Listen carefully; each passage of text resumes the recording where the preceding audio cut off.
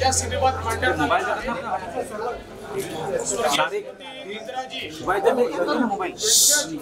चांगल्या घटना देखील याच्यामध्ये मांडण्यात आलेल्या आहेत आणि कंगनाजींनी इंदिराजींचं जे कॅरेक्टर आहे ते अत्यंत प्रभावीपणे या सिनेमामध्ये मांडलेलं आहे। खरं म्हणजे या देशाच्या इतिहासामध्ये इमर्जन्सी एक असा काळा अध्याय होता ज्यावेळी भारतरत्न डॉक्टर बाबासाहेब आंबेडकरांचं संविधान हे पूर्णपणे गुंडाळून ठेवण्यात आलं। सामान्य माणसाचे मौलिक अधिकार हे संपवण्यात आले आणि त्यावेळी ज्या प्रकारचे एक्सेसेस झाले त्याचं एक चित्रण देखील याच्यामध्ये पाहायला मिळतं।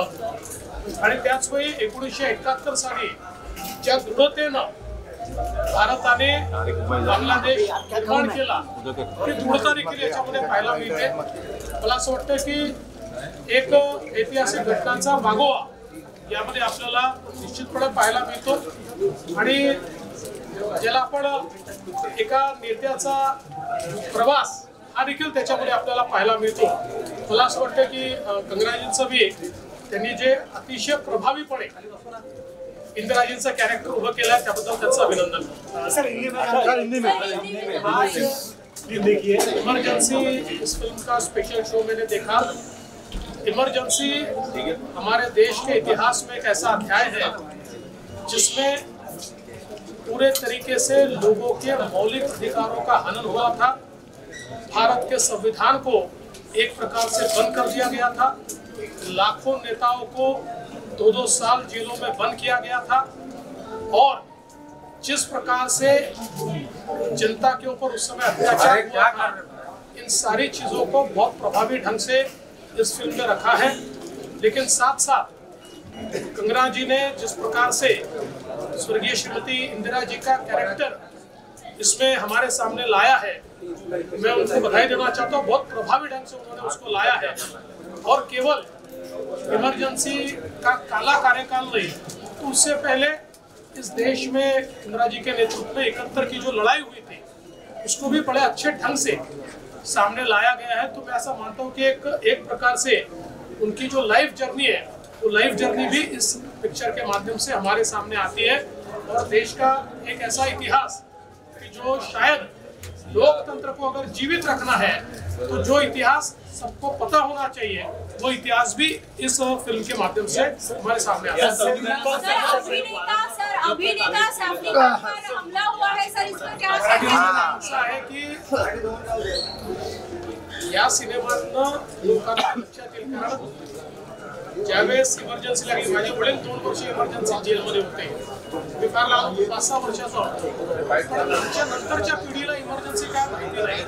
त्यामुळे आज काँग्रेस जे संविधान घेऊन नाचताय आणि नाचलंच पाहिजे कारण आमचं संविधान नाचण्यासारखंच आहे। इतकं मोठं संविधान महान संविधान आमचं आहे पण त्याच काँग्रेसने त्याच संविधानाची हत्या करून या देशाला एक बंदीशाळा केलं होतं हे देखील हा इतिहास देखील आता सर्वांपर्यंत सर अभिनेता सैफली खान पर हमला हुआ है सर, क्या कहना चाहेंगे? कार्रवाई कहां तक पहुंची है इसके बारे में पुलिस ने आपको सारी जानकारी दी हुई है कि किस प्रकार का हमला है, इसके पीछे क्या है, किस प्रकार की मंशा से ये हुआ, ये सारी चीजें आपके सामने आ चुकी हैं। पोलीस आम्ही सगळी माहिती आपल्याला दिलेली आहे। याच्या पाठीमागे कशा प्रकारचा मोटिव्ह असू शकतो हे देखील आपल्याला त्यांनी सांगितलेलं आहे। कुठून ते आले हे देखील सांगितलेलं आहे। याच्यात पूर्ण कारवाई चालू आहे।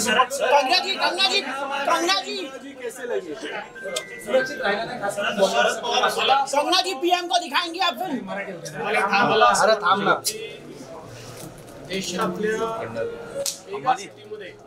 सर्वात सुरक्षित मुंबई आहे। हे खरं आहे की कधी कधी काही घटना घडतात त्याला गंभीरतेने देखील घेतलं पाहिजे पण केवळ त्या घटनांमुळे असुरक्षित आहे असं म्हणणं हे याकरता योग्य नाही आणि मुंबईची प्रतिमा देखील खराब होते, पण ते अधिक सुरक्षित राहिलं पाहिजे या दृष्टीनं निश्चित सरकार प्रयत्न करेल।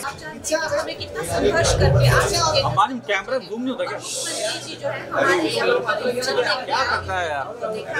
ये फोन नीचे हमारी टीम के लिए और हमारे लिए बहुत ही सौभाग्य की बात है। कल फिल्म जो है सब थिएटर्स में आ रही है और अपनी फैमिली के साथ जाइए, आप देखिए कि ये एक संविधान से जुड़ी हुई फिल्म है, बहुत ही क्लीन, नीट एंड क्लीन, किसी तरह की कोई अश्लीलता, किसी तरह की कोई जो लोगों को लगता है, जैसे उन्होंने कहा कि थोड़ा डिग्निफाइड तरीके से बनाई हुई फिल्म है। प्लीज अपने परिवार के साथ गणतंत्र दिवस से पहले का जो ये हफ्ता है उसके थ्रू भी आप ये फिल्म एंजॉय करें।